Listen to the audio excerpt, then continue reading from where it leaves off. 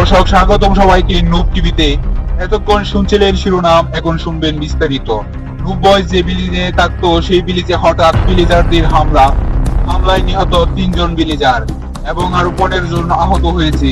কিন্তু তাদেরকে কোনো চিকিৎসা দেওয়া হচ্ছে না, কারণ সেই ভিলেজে কোনো হসপিটাল নেই।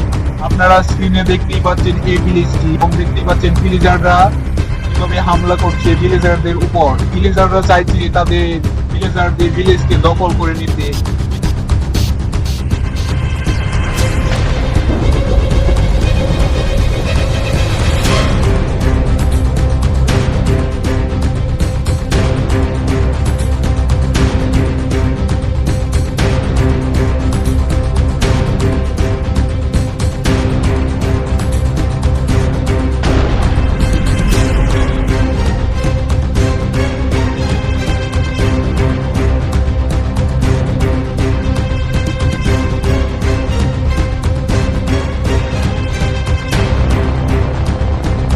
বয়েজ কেন বাঁচাচ্ছে না এই ভিলেজারদেরকে?